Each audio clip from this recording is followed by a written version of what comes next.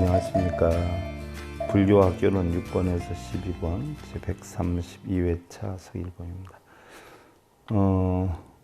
오늘은 아침 송주 가운데 창업연불 13번째지요. 제불보살 10종대원 6번째 항목에 해당이 되는 부분인데요. 일반적으로 우리가 창업연불이다라고 하면 천도제, 관음시식이나 영반의식이나 구병시식이나 할 때 다 창업연불을 하지 않아요. 하는데 사실 그 뜻에 대해서 알고 하는 분들이 굉장히 적은 것 같아요. 스님들도 그렇고 굉장히 안타깝죠. 그러다 보니까 우리 불자들도 맹목적으로 스님들이 절하라 그러면 절하고 빌어라 그러면 빌고 또 영가 극락왕생 된다 그러면 되는 줄 알고 몇백만 원, 몇 천만 원씩도 주고 그렇게 하는데 뜻을 알고 보면은요, 그렇게 참 터무니없는 좀 맹랑한 일들은 저지르지 않지요.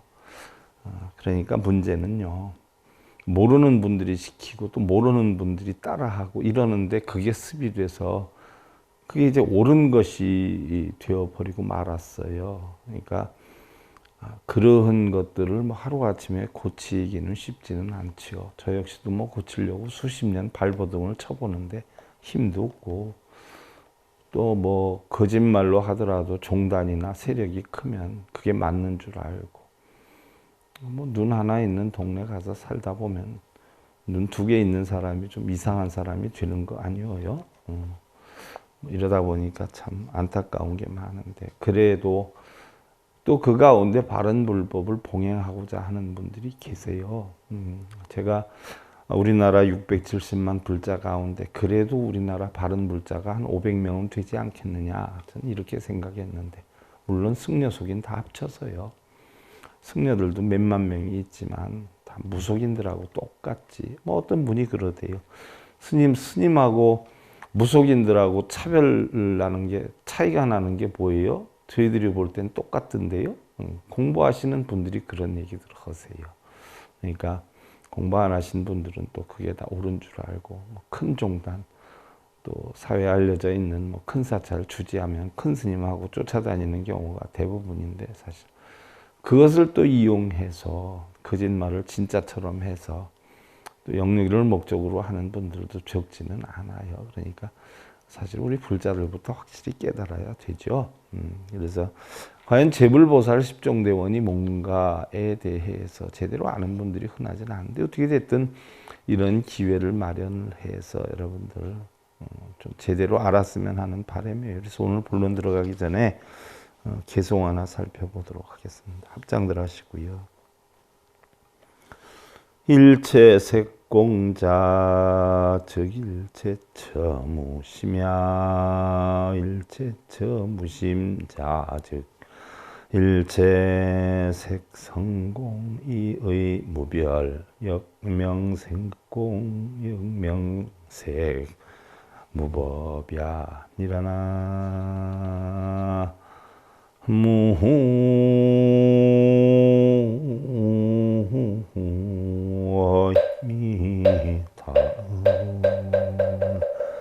일체색이 공이라고 하는 것은 제가 강의할 때마다 맨날 그리기 바빠요. 이론상. 자, 공이란 말이죠. 공. 이게 불성이에요. 그럼 여기에는 색이 없느냐? 색이 있어요. 생명의 의식이 살아있어서 마음이 있는데 어떻게 안 들리고 안 보이고 그래요. 다 보이지요. 그래서 공 가운데는 색이 있고 색 가운데는 공이 있어요. 그래서 육근이 부딪혀서 육경을 부딪혀서 일어나는 중생성이 냉정히 보면 결국 마음 밖에서 일어나는 게 아니지 않아요? 마음 안에서 일어나는 거란 말이죠. 그러니까 마음 안에서에 보면 중생성도 있고 불성도 있어요. 불성도 있고 중생성도 있죠. 근데 불성을 끄집어내면 부처가 되는 것이고 중생성을 끄집어내면 중생이 되는 거예요. 바꿔 얘기하면 우리는 항상 마음속에 기쁨과 슬픔이 함께 존재하고 있죠. 그래서 기쁜 생각을 하면 어떻게 돼요? 겉으로 기쁜 마음이 나오고, 슬픈 생각을 하면 어떻게 돼요? 슬픈 마음이 나와요. 그 이치와 같은 것이에요. 그래서 일체색이 공이다. 또 공은 일체색이다. 공이다라고 하는 것은 뭐예요? 색에 끄달려가지 않는 거예요. 무심함이에요. 무심함. 끄달려가지 않는 것. 모든 것에 무심함이요. 그럼 모든 것에 무심함이라고 하는 건 일체색이 공함이다. 그럼 유심함이 되면 어떻게 돼요? 공이 색이 돼버리는 거예요. 근데 무심함이 되면 어떻게 돼요? 색이 공이 되는 거죠. 쉽게 예를 들어서 내가 슬픈 일이 있어도 기쁜 마음을 생각하면 기쁨으로 돌아가는 것이고, 기쁜 일이 있어도 더 부족함을 느껴서 슬픔으로 돌아가면 나는 슬픈 사람이 되는 거죠. 그 이야기예요. 그래서 두 가지 뜻이 다르지 아니하여 색이 공이라고 또한 색에 법이 없다고 하느니라. 그래서 색불이공, 공불이색이 되는 거예요. 공과 색이 다르지 않고 색과 공이 다르지 않다. 이 이치를 아니까 어떻게 돼요? 색 즉시 공, 공 즉시 색이다. 관세음 보살님이 이치를 알아가지고 오온 개공도 일체고액이다라고 했어요. 오온이 다 공한 이치를 알아서 저 언덕에 이르게 된 것이지요. 자, 우리가 여러분들 제불보살 10종 대원으로 넘어가 보면 오늘이 여러분들 9권 31페이지에 해당이 되는 6번째 대비심중원에 들어가는데, 그동안 우리가 10가지 모든 불보살님의 10가지 커다란 은혜, 제불보살 10종 대운이에요. 그래서 불보살님은 그럼 어떻게 해서 10가지 은혜를 지니고 있느냐 해서 지난 시간에 첫째는 발심보피운이었어요. 그래서 우리가 깨달음을 얻기 위한 얻게 하는 마음을 내게 해 주었다. 왜? 예를 들어서 여러분들 기술자가 되었던 어떤 능력자가 뭐를 잘한다라고 하면 어떻게 돼요? 우리가 그걸 보고 배우려고 하는 마음이 일어날 수 있어요. 그러면 어떠한 고통과 어려움과 괴로움이 있다라고 하더라도 불보살은 괴로워하거나 고통스러워하지 않아요. 왜? 거기에는 애증, 애욕, 소유욕에 대한 집착이 없기 때문이죠. 늘 여여하지요. 저 사람은 저렇게 어려움이 있는데도 왜 어려운 줄 몰라? 왜 저렇게 편안해? 그 방법이 뭔가 라고 우리가 알고 싶으면 어떻게 돼요? 그 방법을 배우려고 한단 말이죠. 어떤 분이 어떤 그림을 잘 그려요.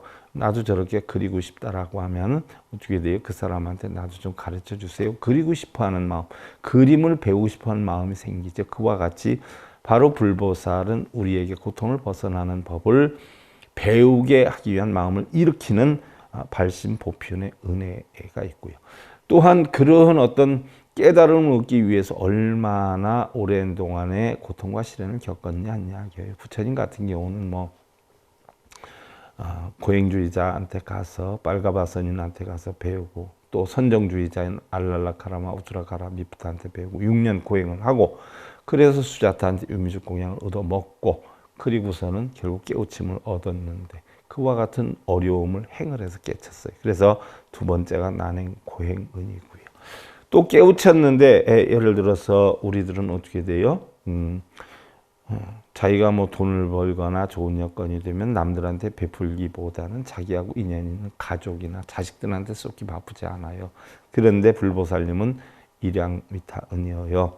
바로 내 가족이 아닌 모든 힘들어하고 어려워하는 중생들을 향해서 가요. 오로지 거기에는 손익계산을 하지 않아요. 또한 이득이다 손해다 따지지 않아요.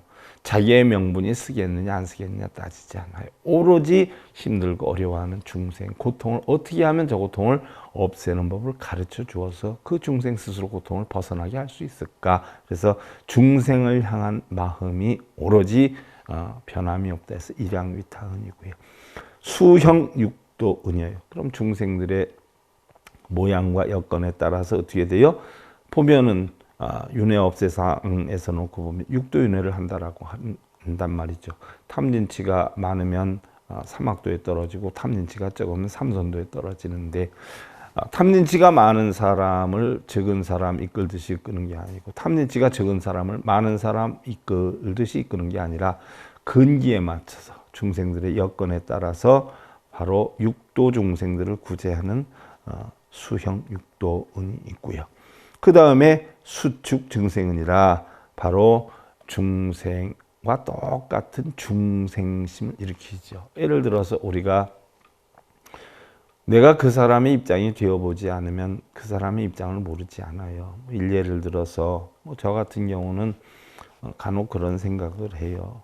가족이나 부모님과 어려서의 어떤 생각뿐이 못하니까 간혹 보면 가슴 저리게 참 가슴에 와 닿는 게 많아요. 예를 들어서 어려서 다른 형제들한테는 옷도 사주고 이랬을 때에 저한테는 안 사주는 경우가 많이 있었어요.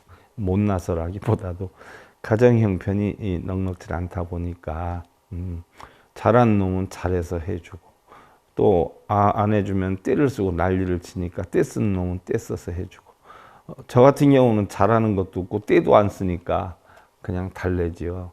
넌 다음에 해줄게. 그럼 이제 아무 소리도 안 해요. 그런 것이 이제 한두 번, 10번, 20번 가다 보니까 저도 화가 나니까 어머님한테 왜 똑같은 자식인데 나한테는 안 해주느냐 하고 한번 버럭 소리를 지른 적이 있고 그런데 그때는 자식들한테 너무 불공평하지 않느냐 하고 화도 났는데 지금 이렇게 돌이켜서 생각해 보면 왜 그렇게 철딱서니 없이 그러면 해주지 못하는 부모의 마음은 얼마나 가슴이 아팠겠는가 생각해 보면 내가 그때 그 한 소리 한 게 그 당시에는 내 속 편하라고 한 소리지만 얼마나 부모님 가슴에 대못을 박았는가 생각해 보면 너무 가슴이 아프고 속이 상하죠. 해주고 싶어하는 마음이 부모가 더 컸을 텐데 그 못 해줄 때 그 부모의 마음이 어떻겠는가. 그러니까 저도 어떻게 됐든 부모님의 연령대가 돼 보니까 그런 걸 이해가 되더라고요. 그래서 불보살님들도 같아요.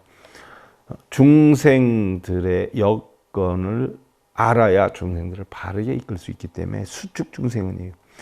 중생이 가지고 있는 마음, 여건, 형태를 중생과 똑같이 누리면서 그 중생을 이끄는 마음, 게 수축 중생은이에요. 자, 이런 게 불보살님의 10가지 은혜인데 6번째가 대비심중은이에요. 대비심중은 오늘 과목 들어가는 거죠. 대자대비가 깊으신 은혜다라고 했어요. 크게 안타까워서 불쌍해하는 마음이 깊고 또 그 마음이 무거워서 중생들을 구제해 주시는 은혜다.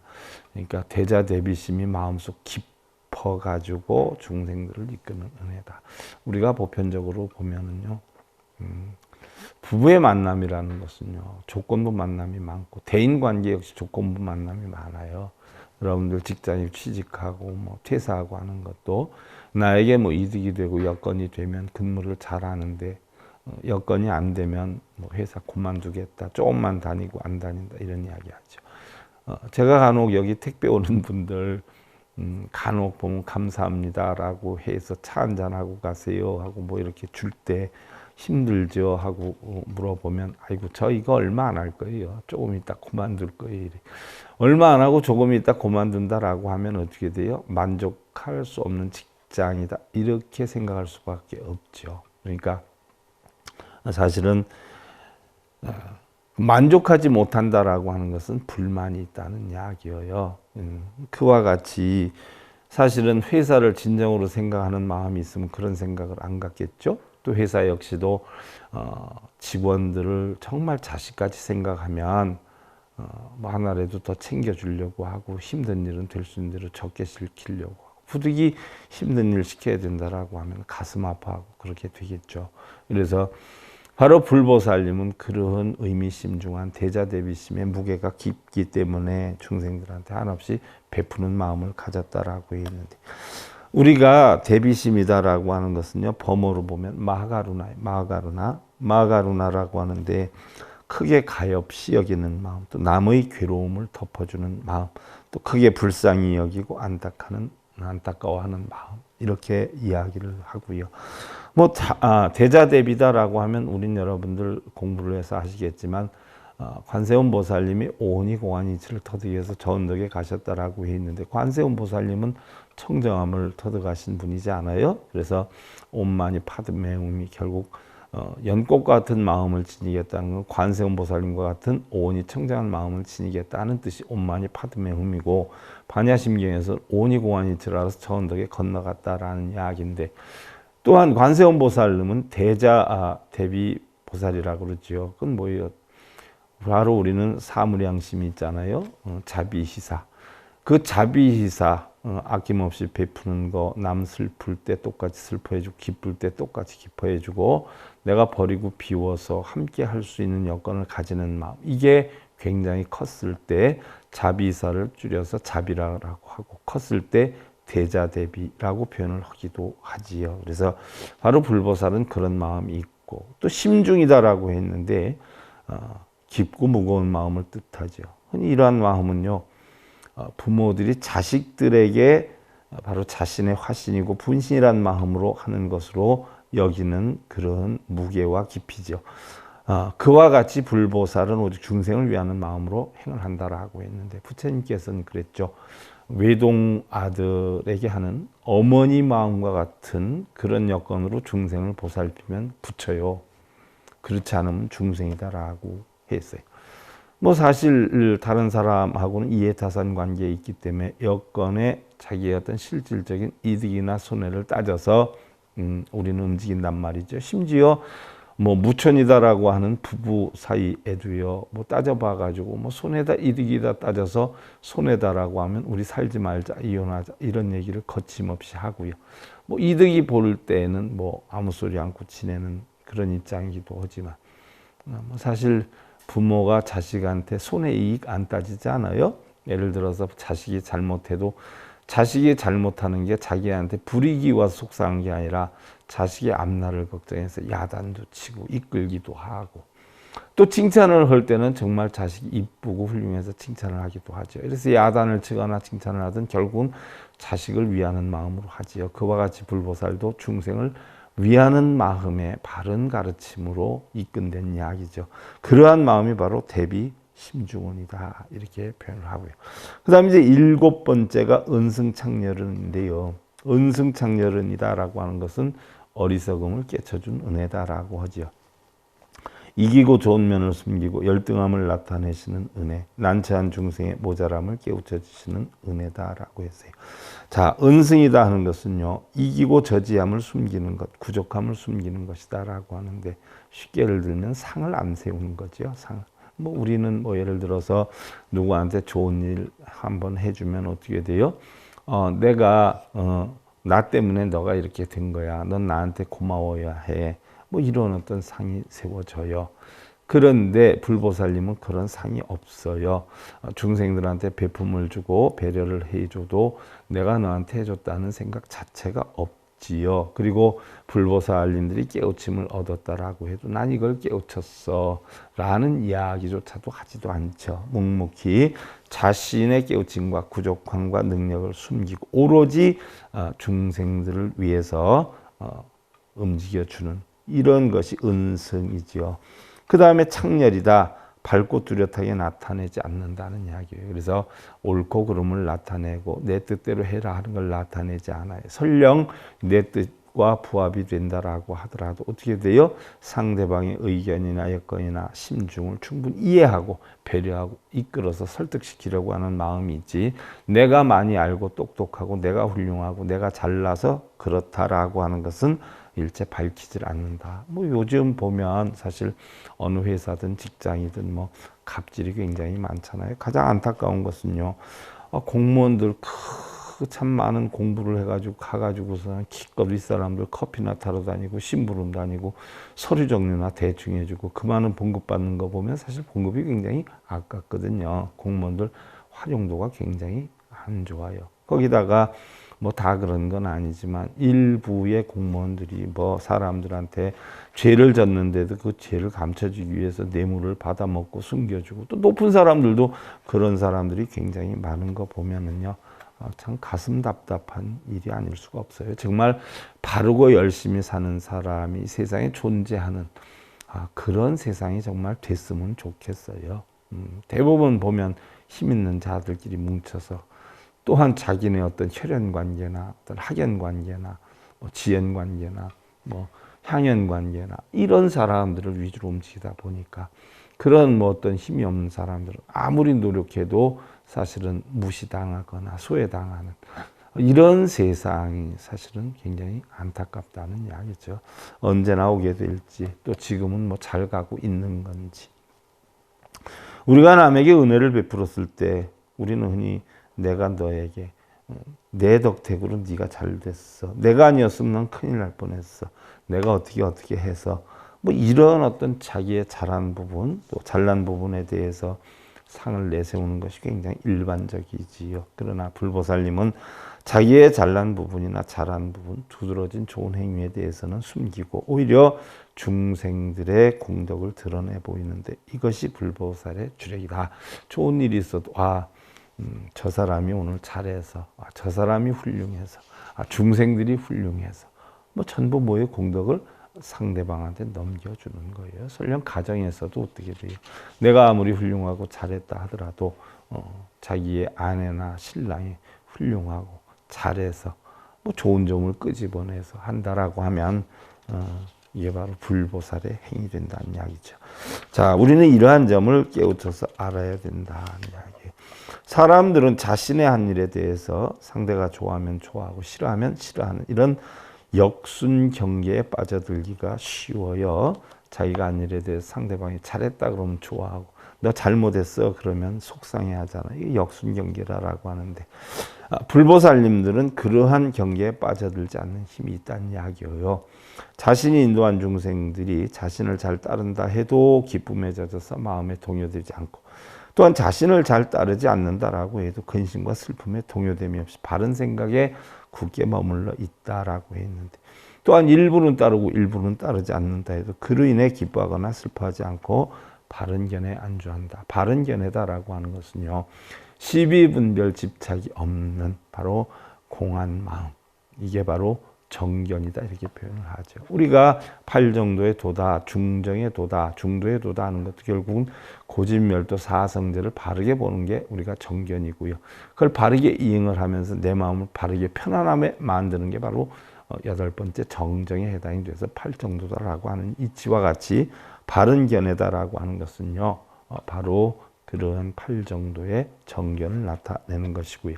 어디에도 흔들림이 없고 걸림이 없고 그냥 일여평등하게 여여한 상태의 마음을 나타내는 것이죠.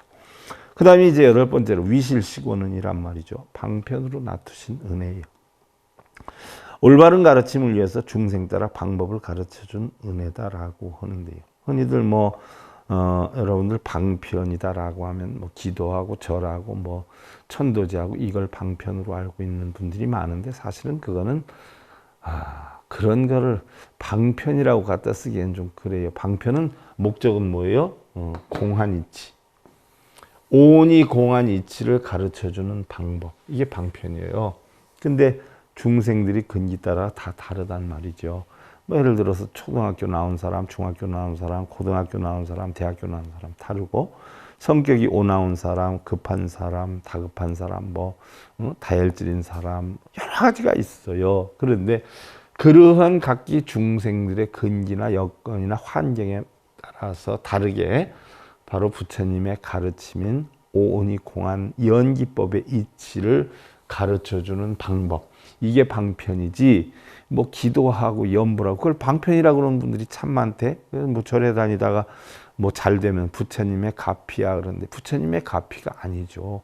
자기네 노력의 결과예요. 또 어느 절에 다녀서 어느 스님이 기도 붙여서 됐다라고 하면 그 스님들은 또 우리 절의 원력이야 내 원력이야 이러면서 자랑하는 분들이 있는데 부처님 가르침 좀 제대로 공부 좀 했으면 좋겠어요. 자기의 원력도 스님의 원력도 절의 원력도 아니에요. 가장 중요한 건 뭐예요? 본인 자신의 원력이에요. 본인 자신의 노력이에요. 자, 그래서 방편이라고 하는 것을 바르게 쓰지 않는 이야기고 여러분들 위실시권이다라고 했어요. 진실하고 오묘한 교법을 가르쳐주기 위해 간단하고 편리한 방법을 가르치는 것. 그 부처님의 진실한 법을 가르쳐주기 위한 방법을 우리는 방편이라고 그래요. 시무소에다 네 가지 두려움이 없는 마음인데 모든 법을 깨달아서 남의 혼란을 두려워하지 않는 것. 또 온갖 번뇌를 끊어서 외난을 두려워하지 않는 것. 악법은 깨달음의 법을 장애한다는 것을 알아서 남의 비방을 두려워하지 않는 것. 출도에 있어서 남의 비난을 두려워하지 않는 것. 이게 시무소해다, 사무소해다는 이야기. 네 가지 두려움이 없는 마음이죠. 그래서 모든 법을 깨닫게 되면 남의 hin란이나 비방도 두려워하지 않고요. 또 나쁜 법은 부처님의 법을 장애한다는 거 알아서 따르지 않고요. 그러니까 절에 다니시는 분들도 어느 스님이 뭐 기도부처, 천도제해, 뭐해라고 해도 어떻게 돼요? 그런 것은 올바른 방편이 아니다라고 해서 생각해 보겠습니다 라고 하면서 저분은 부처님 법대로 하는 스님이 아니는구나 해서 그런 스님들은 조금씩 자꾸 절멸해가는 그런 입장이 되어야 바른 불교가 정착이 되지요. 자기의 욕심, 그 스님이 얘기하는 대로 하면 꼭 될 것 같아, 될 것 같이 이야기를 하지요.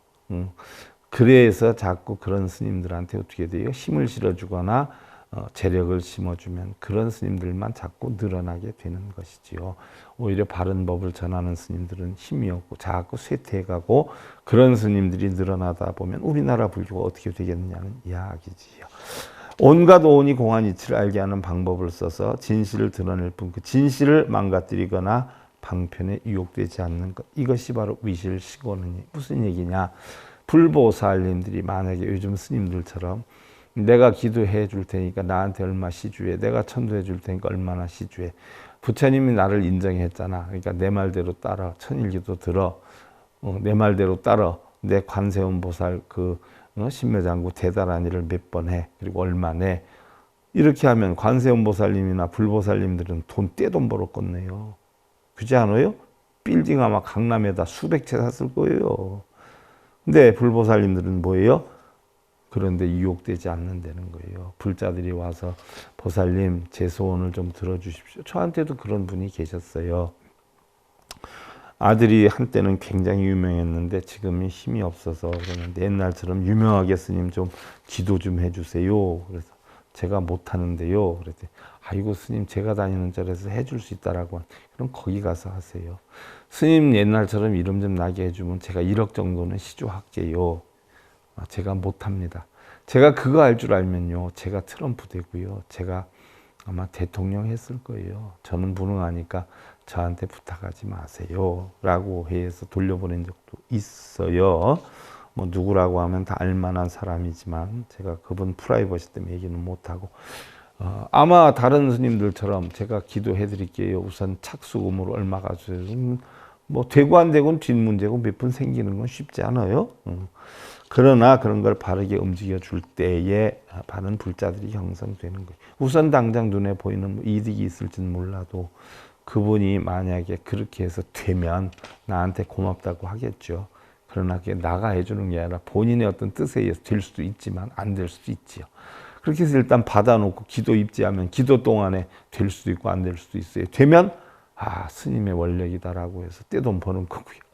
안 되면 그건 기도가 부족해서 그러니까 한 번 더 붙입시다 해서 더 시간을 끄는 거예요. 될 때까지.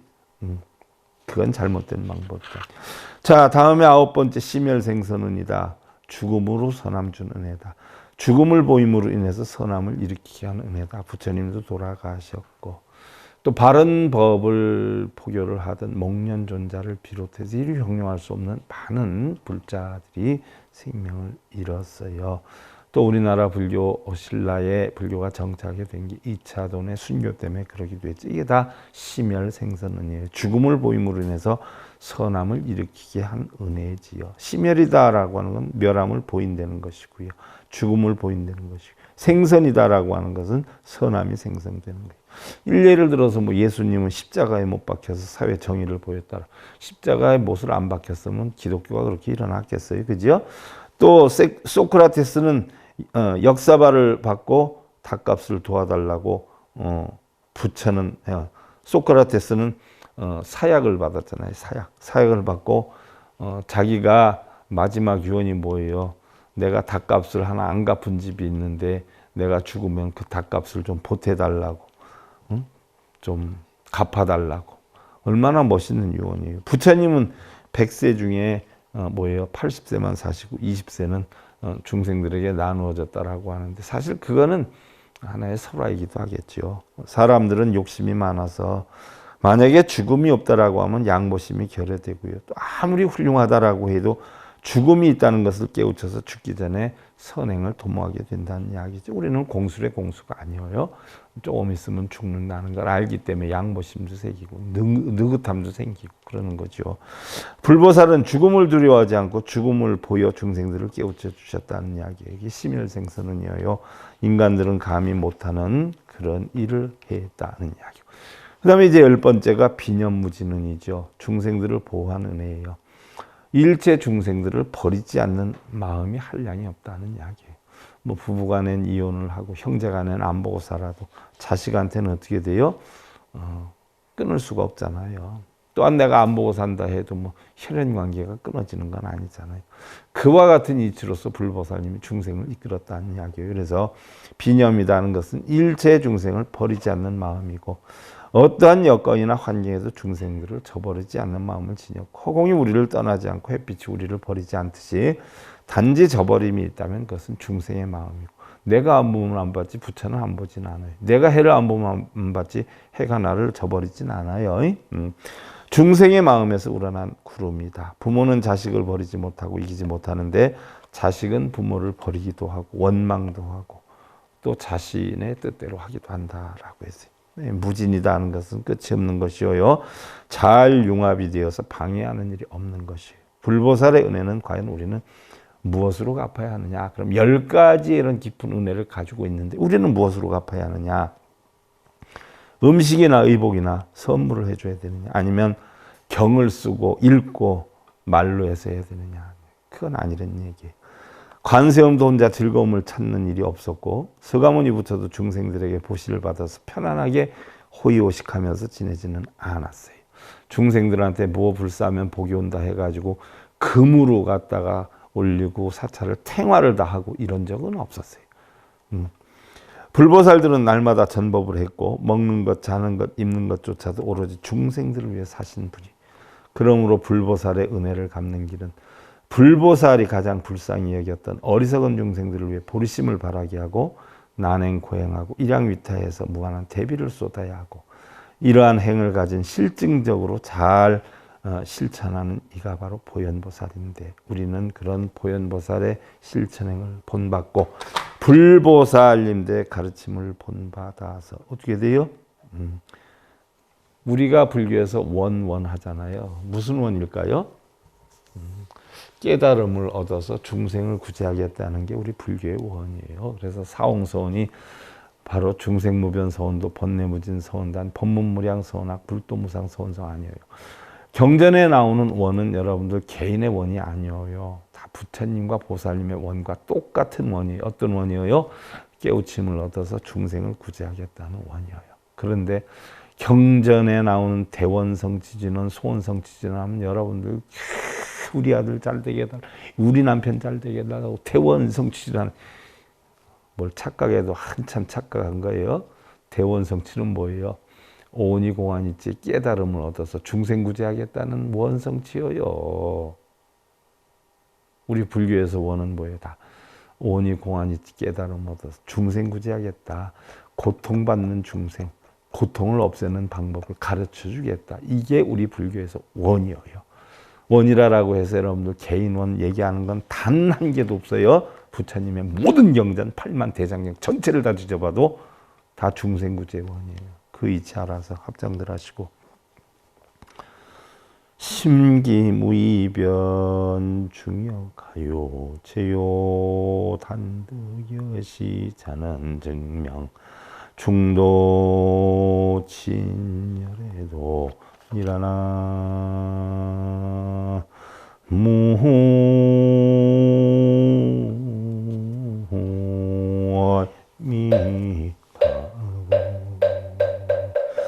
마음에 이미 양변이 없거니 양변이라는 건 있다 없다 부처와 중생 선악 유무 이런 거죠. 어찌 중간이 있겠느냐. 이와 같이 얻은 것이 중도요 참다운 열애도니라. 그러니까 있다 없다 중간이다. 이쪽이다 저쪽이다 중간이다 하는 것이 아무것도 없다는 얘기. 왜? 전부 어디에 있어요? 마음먹기에 따라서 바뀐다는 얘기. 그러니까 본래 있는 것이 아니다. 이 이치를 얻으면 이것이 바로 중도요 열애에 도다는 얘기. 여러분들 중도에도 깨우쳐서 항상 여여한 날들 만드시 기원드리면서요. 불교학개론 6권에서 12권 제 132회차 서일봉 연선자 감사드립니다.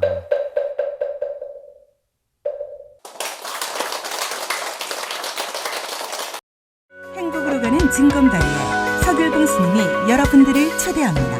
SIB 불교교육대학에서는 더 듣다, 생활 속의 천수경, 달마대사 성관법, 현대생활 불교 법요지, 불교학개론, 성찰스님 백일 법문 등을 비롯한 바른 불법, 바른 진리, 서길봉 스님의 SIB 불교교육대학.